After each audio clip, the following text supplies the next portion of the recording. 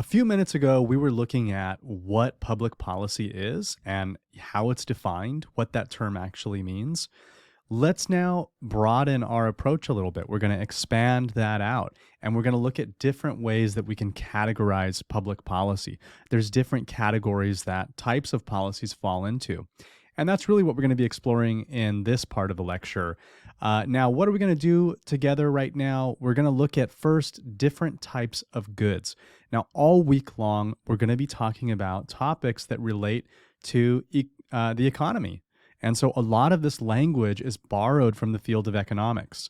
And a really important concept to kind of grasp some of the different policy domains is going to be this idea of goods. So we're going to explain, first of all, what is a good, and then we're going to differentiate between different types of good, private goods, public goods. We're going to talk about the free market and how the free market enables efficiencies. We're also going to talk about the tragedy of the commons, which is one of the arguments in favor of having some regulation in the economy. We're going to look at all of these different kinds of goods, including toll goods. So I want you to know the definition of all of those things. Now, after we do all of that, and that's where we'll be spending most of our time in this lecture, we're then going to look at these different types of policies. So we've got these three different types, and these are the way that we're going to kind of categorize what policies do. Who do they impact? Who are they helping? Who are they hurting? That's one way that we can begin to categorize different types of public policy. So let's jump in to understanding what goods are. We should probably start with really thinking about some of the differences. And we're going to talk about the differences between conservatives and liberals. We've talked about some of the ideological differences earlier on in the course. You're going to remember that we talked about all kinds of ideologies, from libertarianism to socialism and everything in between. So I'm going to be speaking kind of in generalities here, but generally speaking, conservatives do tend to view government involvement as burdensome and ineffective. Okay, in other words, believing that society is going to function a lot better when the government just gets out of the way and lets the private sector handle matters. In fact, they're going to see government as being quite inefficient and wasteful. It might be hard to kind of come up with an example of this. So let me give you an example. I work at a community college, and the way that some of these programs are funded, now we work for the government here at the community college. The way that some of these programs are funded, they get some funding every year from the state. And the state says, if you don't use that money, you're going to lose it. You got to send it back to us. So that gives an incentive to spend all the money. Now, you might have some years where you really don't need to spend a lot of money to do the work that you need to do. A business would save that money for a rainy day, or they might reinvest it, or they might do something with it that, is kind of to help further the ends of the business. And we don't have that constraint in government. If we just have to spend the money, then you're going to find a way to spend it. And I saw this one example years ago where a program, they had some money left over, and what did they do? They just went to the bookstore and they bought a bunch of calculators with that money. Not even the good kind of calculators, kind of the cheapy kind of calculators that everybody has on their cell phone to begin with. They bought all those. They gave them to students. The students probably didn't even use them. It was a very inefficient use of money. So conservatives would tend to say, get the government out of the way and let the private market decide. They're going to be more efficient with how they use their money, businesses and people. Okay. On the other end of that spectrum, liberals are going to be more comfortable with a bigger, more involved government that's going to be controlling different aspects of society and different aspects of the economy. And some of the reasons for that is because, in an all-out free market economy, there's going to be winners and losers. Some people are going to do very well, and some people are not going to do so well. So you're going to see higher rates of inequality. And so typically liberals would want to see some policies that are going to level the playing field. Okay, what are some ways that we can maybe regulate the economy to help people who are marginalized, maybe help people who are poor or impoverished? What are some of the ways that we can lead to policies that are more fair and lead to more equality between people in terms of their economic standing and other things that are happening in their life? Okay, so we have this kind of split. We have this kind of conservative liberal split in terms of the perception of how the government should operate in the economy. Should they even be involved at all? Those are the decisions that they'll be talking about. which is going to get us into different types of goods. Because when you understand these different types of goods, you can kind of understand where both sides are coming from. Okay, a good, this term good, it comes from economics, okay?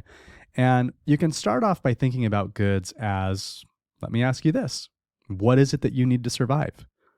You probably need water, you need shelter, you need some food, you need some clothes. That's the bare minimum, right?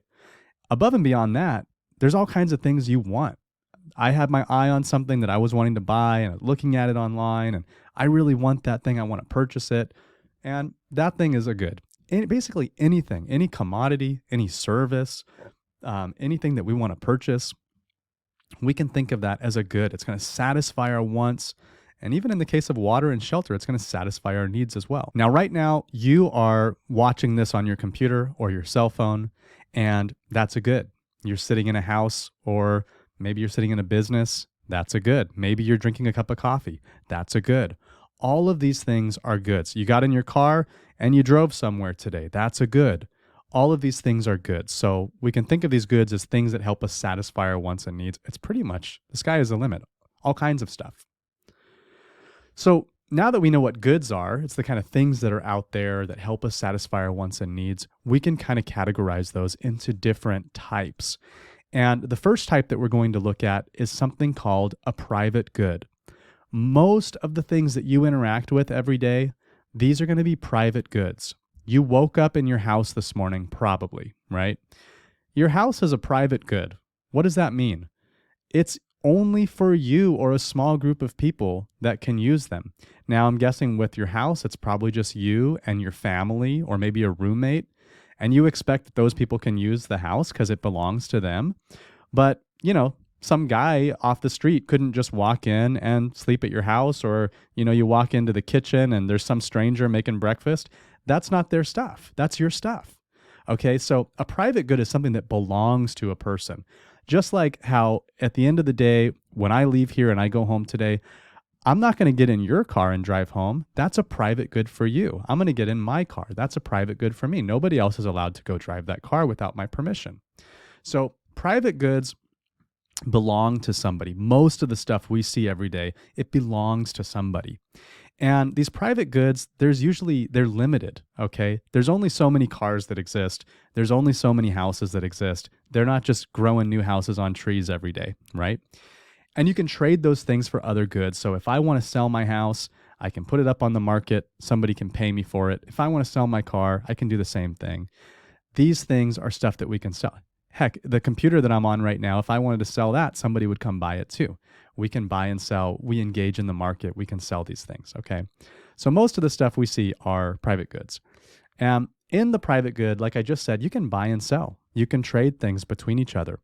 And when we think about the market, sometimes you'll hear this term, free market economics, the free market. And what this means is just being able to freely trade with one another. Voluntary trade means I'm not coercing you, you're not coercing me. We're just coming together. We both agree, I'm going to give you this money for that product, and we both agree to that. That's called the free market, where everybody just comes together. They're going to sell their goods. They're going to sell their services at the price they think is fair. And when we do that, we are engaging in this peaceful process. Nobody's forcing each other to do anything. And we're going to be able to have a lot of efficiency when we do that. When we trade with each other, we find this efficiency in terms of what things should cost. And the way that we're going to do that is one of the most simple ways that you'll learn in any Economics 101 class is the concept of supply and demand. So I'm going to explain this to you. We're going to continue talking a little bit on this slide. On the next slide, I'm going to give you a real life example of supply and demand. Okay. So supply, that just refers to how many things are available for purchase. So if there's a bunch of something out there, let's take apples for instance, okay? There's a lot of apples out there. I can go to any grocery store in LA, walk in, and there's going to be a huge stack of apples right there. And so because of that, there's a ton of them. They're not very rare, So the price is not going to be super high. If there's a lot of supply, the price will tend to be pretty low. And that's true. If I go into the store, I can get some apples. They're pretty cheap, okay? I can typically buy those pretty easily, and I'm not going to be sweating about it in terms of the budget. Now, There's another important factor too, because it's not just how many are out there.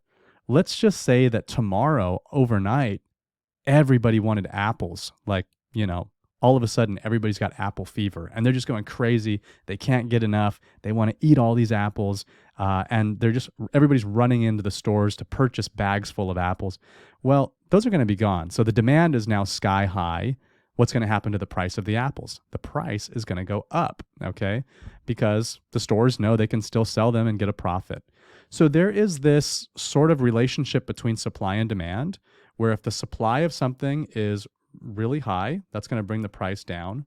If the supply of something is really low, like it's really rare, maybe a collector's item and not many people have that, the price is going to go up. And also, if nobody wants to buy it, let's say I'm the only person out there who wants to buy this item, I could probably get it pretty cheap. But if there's a bunch of other people out there that want it too, the price is going to go up. So we have these two factors, supply and demand, and they're going to interact with each other. They're going to kind of influence the price of a good. And so this leads to efficiency in pricing. The price of a good on the open market is a signal of its value. If people don't want to pay for it, the sellers are going to have to drop their price. If nobody's out there buying it, they're going to have to drop the price. So this is going to lead to competition among businesses, among people who are selling things, which should tend to lead to more competitive prices for buyers. You don't need the government to come in and set prices because the free market is already doing that. The free market is deciding how much something should cost. I hope that makes sense. Let me give you a real world example of this that might make it a little bit clearer. The shoe that you're seeing here is the Travis Scott and Fragment Air Jordan 1 high tops. Those are pretty nice shoes, right? They look pretty cool, and a lot of people thought so. In fact, in the year 2021, Complex Magazine said this was the year's most expensive pair of sneakers. Now, like a lot of sneakers, they tended to be pretty popular. If you went into the store, if you were lucky enough to be able to buy them, they'd cost you $200 in the store. But there weren't a lot of availability. I mean, people were really trying hard to get these shoes, and most people who wanted them couldn't get them. So there's a secondary market. People can buy these sneakers and then they can go out and resell them. It will probably surprise you to find out that if somebody wanted to buy this pair of sneakers, they would have to pay over $3,200, over $3,200 for this pair of shoes. Why is that? Why is it so expensive? Well, this was a limited edition. Like I already said, there weren't very many of these sneakers that were produced. There's very few of them, in fact. And you had a lot of people who wanted them. People wanted to get their hands on these. So you got a lot of people who want them, and there's not very many. That means the price is going to go up. That's supply and demand. That's what we're talking about when we talk about supply and demand. If people didn't want them, you couldn't charge $3,200 for them. Maybe the price would come way down. So what would happen if this wasn't the free market and it wasn't supply and demand? Well, let's say you had the government come in and regulate the price of shoes. You might come in and say, these Air Jordans, you can only charge $100 for them. Okay, what would happen? Well, first of all, you're going to hurt the people who are trying to resell them. That's one way. So somebody's going to lose money on that transaction, maybe the seller. They're not going to be too happy with that. The other thing you could do is you could force the producer to just make a ton of shoes. You're going to have millions of these shoes, or at least thousands of these shoes out there, to where everybody's wearing them. What does that do for the demand? Well, if everybody's got them, people don't really want them as much, right? So the price is going to go down. They're going to be seen as less cool. So there are some downsides for the government getting involved and regulating the price. The same process happens for everything. You want to go buy a house, there's pressures in terms of supply and demand. You want to go buy a car or gasoline or cryptocurrency or whatever, the supply and demand process is active for a lot of these different things. Okay, so one of the things that happens then when you have this issue of supply and demand, free markets, is that it's supposed to put some pressure on the manufacturer of these goods to make sure they have really good quality. Why? If you've got these shoes that break and they suck and nobody wants to wear them, they're going to lose business. If you have a car that's unreliable and it's always breaking down, nobody's going to want to buy cars from your company anymore. So the free market, the ability for people to take their business where they want, what it's going to do is it's going to really put pressure on companies to have good quality, to manufacture good items. If they don't do that, then they're going to lose customers, they're going to lose business. There's this incentive for these companies to self-regulate to protect their business. In other words, they're going to operate at a pretty decent standard so that they don't go out of business. They don't necessarily always need the government to tell them, what their goods should be like, or how they should make their goods. Okay, so we've talked about the reason for private goods and a free market. Okay, and that's good for a lot of stuff, shoes and all this other stuff that we talked about, apples and whatnot. But not all goods are private goods. Some goods are considered to be public goods. Here you see a picture of a woman who's walking in downtown LA, and it's the 1950s. And look at the air. I mean, the air quality back then was just absolutely awful in LA. We had lots of smog, and there were no real regulations in terms of emissions, in terms of the cars. Now, I'm going to ask you this. What kind of a good is the air? Does anybody own the air? Nobody owns the air. This is something that we all breathe. It doesn't matter if you're rich or poor. It doesn't matter where you're from. Everybody's breathing the same air. We're going to call these things public goods. Public goods are the things that nobody can really own. Who owns the ocean? Who owns the river? Who owns the forest? Who owns the air? These are things that are kind of collectively owned in a sense. Nobody can really own them. Nobody can really be excluded from them. Because nobody owns them, there can become this situation that happens where these things get destroyed. Nobody has like a real financial incentive of protecting the thing. And this is going to lead to something called the tragedy of the commons, which is one of the reasons why there is government regulation.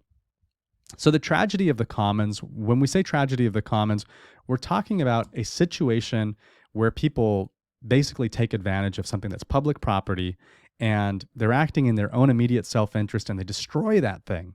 So let's think of an example, and maybe it could be the fish in the ocean. Let's say that we have the ocean out there. It's a public good, and all these people can go fish in the ocean, and they tend to get as much fish as they need, and they're going to sell it. That's their business and livelihood. But let's say you have one company who just goes in with all of these boats, and they're just really unsustainably just ripping all the fish out. They're going to make a huge profit for a very short period of time. But what is it doing? It's ruining that public good for everybody else. All those other fishermen, what's going to happen next year? This is what we're talking about with the tragedy of the commons. There's no one person who's really responsible for overseeing and managing that. And so you can have one person or one group of people come in and really damage it. Some of you will, be at work, and maybe you've ever gone to the work microwave in your workplace in the break room, and it's just nasty. It's disgusting. Nobody has an incentive to clean it, right? One person cleans it, the next guy could come along and, he's just going to completely make a big mess, and there's nothing you can do about it. So the tragedy of commons is like this public place or this public good that we have, like a microwave at your workplace, or like the ocean or the air. And somebody can destroy it. So this is a really powerful argument for regulating, right? Maybe the government should step in and say, here's the limits on what kind of fishing is allowed. Here is the limits on how many fish you can take out every day and who's given permits to go out and fish. In fact, this is what the government does. So this is one way of regulating, okay? So we looked at a couple of kinds of goods. We looked at private goods. We looked at some of the reasons for a free market. We looked at public goods. We looked at some of the reasons for regulation. There's one other kind of good that I want you to know about, and that is going to be a type of good called a toll good. Many of you have been on a toll road before, or a toll bridge. You're driving along the road, you have to pull over and pay some money to drive through. Now, a toll good is going to be open to everybody, kind of like a public good, but it's usually provided by a private company, and people can only use it if they pay. If you want to go on the toll road, you're going to have to pay the toll.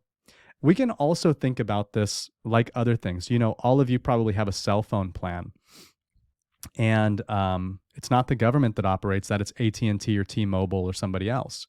And anybody in theory can join that network. You just have to pay money for it. So, things like your cell phone bill, things like Disney Plus or Netflix, things like a private school, these are going to be like toll goods. Basically, anybody can access them as long as you're willing to pay the price. And early on, this was a way that governments were able to work with private companies to build roads and bridges, to actually have them build it. They're going to get some profit, but it's going to be a good for many people. They're going to be able to get to where they need to go faster. So now you know those three types of goods, okay? You know those three types of goods. To round out the video, what we're going to do now is we're going to look at three types of policies. And I want you to be able to distinguish between the three. So when we're talking about like how do we categorize policies, some of this work goes back to a political scientist named Theodore Lowy, who was a professor at Cornell University. He passed away in, I think, 2017. And throughout his career, he was considered one of the most influential political scientists in the United States. He studied American government, he studied public policy. And when he thought about public policies, he asked this question, which was, who is going to pay the cost and who is going to benefit? What kind of costs do we have and what kind of benefits do we have? And by understanding and asking those questions, we're going to get to these three types of policies. Now, who pays and who benefits? The first type of policy is something called a distributive policy. And under a distributive policy, we're going to have diffuse costs and concentrated benefits. When I say something is diffuse, it means a lot of people are doing that. And when I say something is concentrated, that's only going to be for a few people, okay? So a diffuse cost and a concentrated benefits means a lot of people are going to be paying the cost of that thing, but only a few people are going to actually benefit from it. One of these examples would be like here in California, we got a lot of highways. And all of us throughout the state, we're all paying for these highways. Let's say way up in Northern California, all the way up by Oregon, they want to build a new little highway to connect one city to another. You're going to be paying the taxes for that. But you're not going to be benefiting from it, most likely. You're never going to drive on that road, or if you do, it'll maybe be one time. You live here in LA. And so that's an example of a distributive policy. Everybody's paying the cost. Only a few people are getting the benefits from it. You're taking resources from the many to benefit a few. Another example, some of you all get financial aid, right? Maybe you get a type of financial aid and everybody's paying for it, even people who aren't going to college. Most people, in fact, are not going to college right now, and you're getting that money. So a lot of people are paying it, and maybe you're getting some financial aid benefits, right? That is going to be a distributive policy. Okay, so we've got diffuse cost and concentrated benefits. Our next one is going to be regulatory policy. Now, a regulatory policy is kind of the exact opposite of that. We're going to have concentrated costs, so only a few people or a small group of people are paying for it. And we're going to have diffuse benefits. A lot of people are going to benefit from it.